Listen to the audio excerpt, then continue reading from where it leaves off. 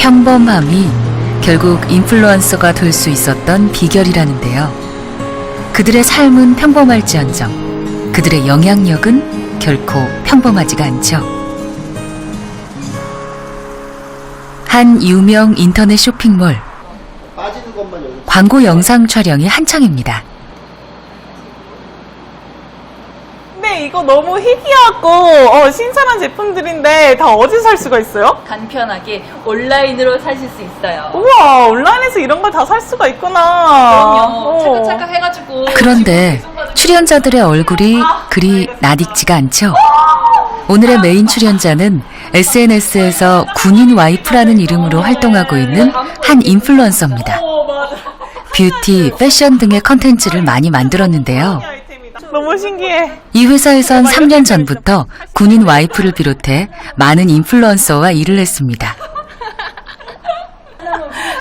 그때마다 성과도 좋았습니다.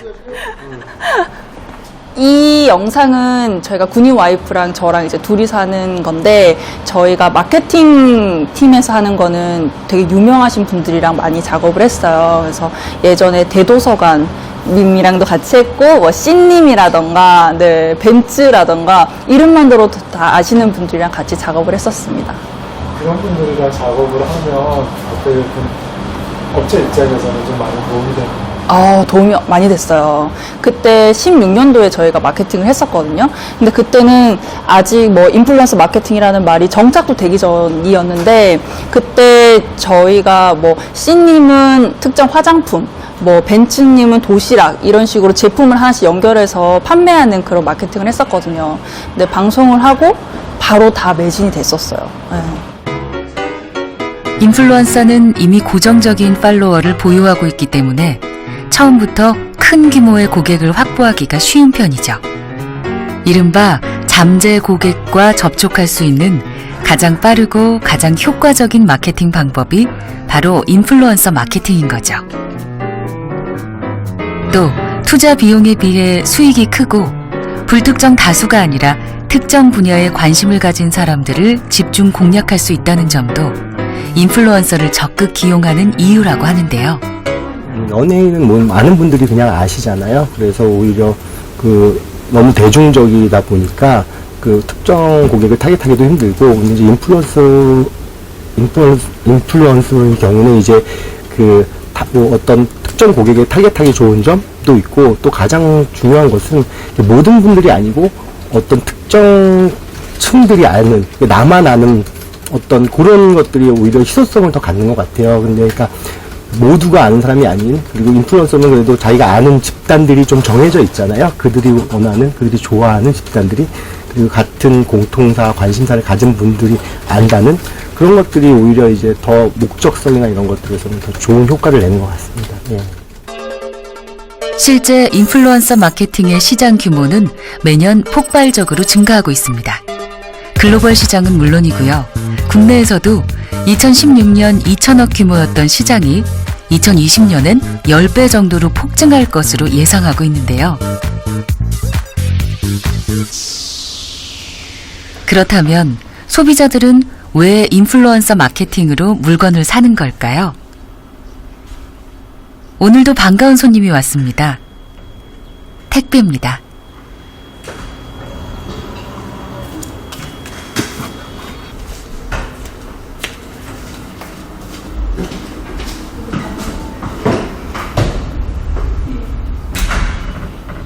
뭐 사신 거예요?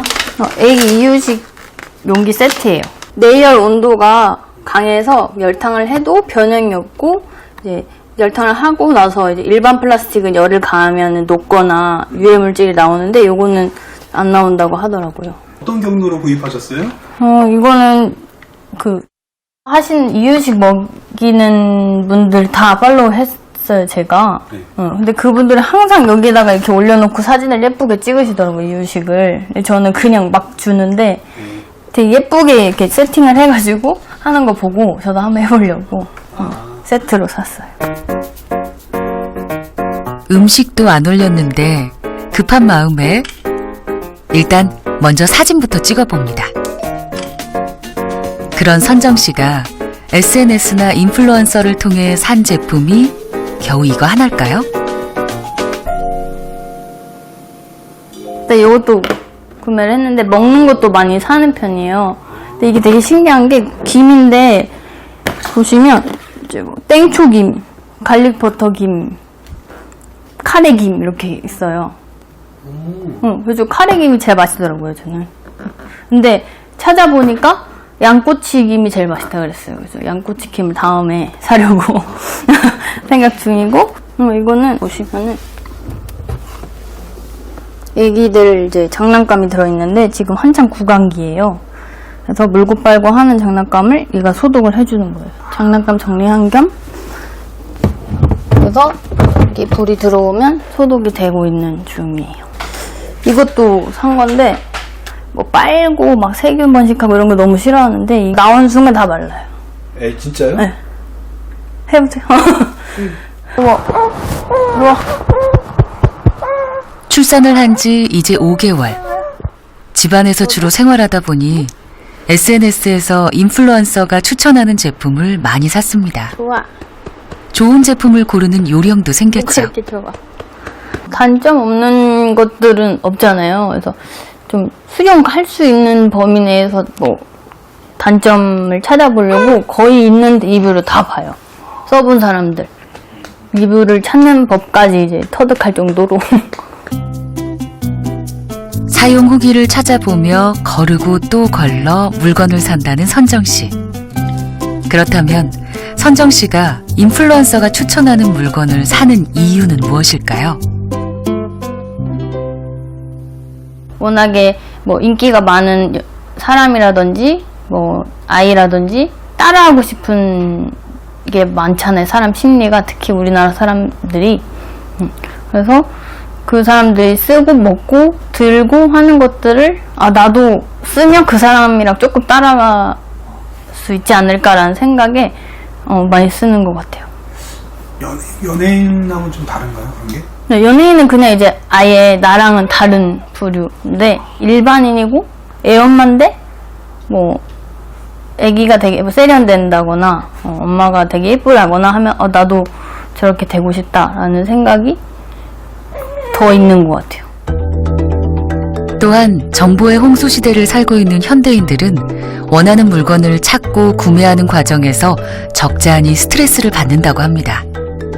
이른바 결정장애를 해소시켜줄 믿을만한 사람. 그들이 바로 인플루언서인 거죠.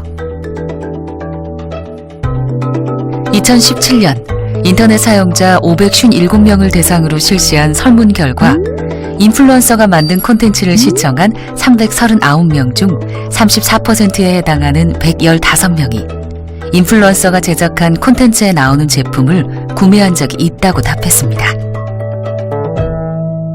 그런데 재미있었던 것은 저희가 처음에 가졌던 의문과 마찬가지로 실제로 자기가 좋아하고 자기가 평소에 시청하는 크리에이터가 만든 브랜디드 컨텐츠일 때 그 브랜드에 대해서 호의적이고 그 브랜드에 대해 좀 더 알고 싶고 그리고 그 브랜드를 구매할 의향이 있다라고 이야기를 했습니다. 사실 이러한 경향은 10대에서 더 두드러지게 나타났고 또 재미있던 것은 저희가 심리적으로 봤을 때 어떤 것들이 그렇게 우호적인 반응을 이끌어낼까라고 파악을 해봤을 때 사람들은 그 사람의 진정성을 굉장히 보는 것으로 나타났는데요. 그러니까 사실은 저희가 어떤 정보원이 신뢰도가 있다라고 이야기를 할 때는 전문성과 진실성을 주로 이야기를 합니다. 그런데 1인 크리에이터의 경우에는 전문성을 가지는 것보다는 이 사람이 얼마나 진실한지가 이 사람에 대한 매력을 결정하고 그리고 그 사람이 추천하는 제품에 대한 우호적인 반응을 이끌어낼 수 있는데 기여한다는 것을 알게 되었습니다. 시카고대에서도 무언가를 결정해야 하는 상황에서 사람들에게 영향을 주는 요소가 무엇인지를 알아보는 실험을 한 적이 있습니다. 호텔 투숙객들은 호텔에 머물 때 필요 이상으로 수건을 많이 쓰는 경향이 있죠.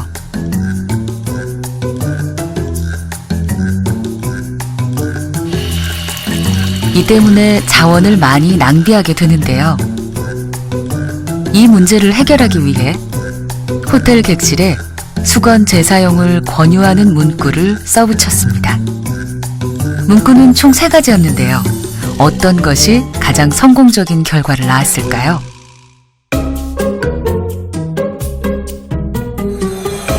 첫 번째는 호텔에 머무는 동안 타워를 재사용하는 것만으로도 환경 보호에 도움이 된다는 얘기였습니다.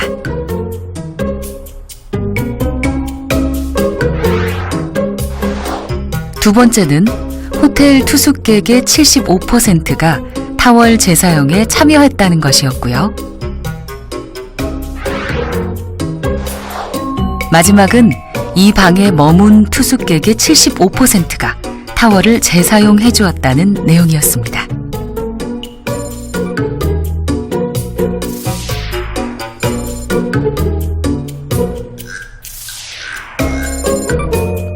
실험 결과, 객실에 세 번째 문구를 써놓았을 때 타월을 가장 많이 재사용했습니다.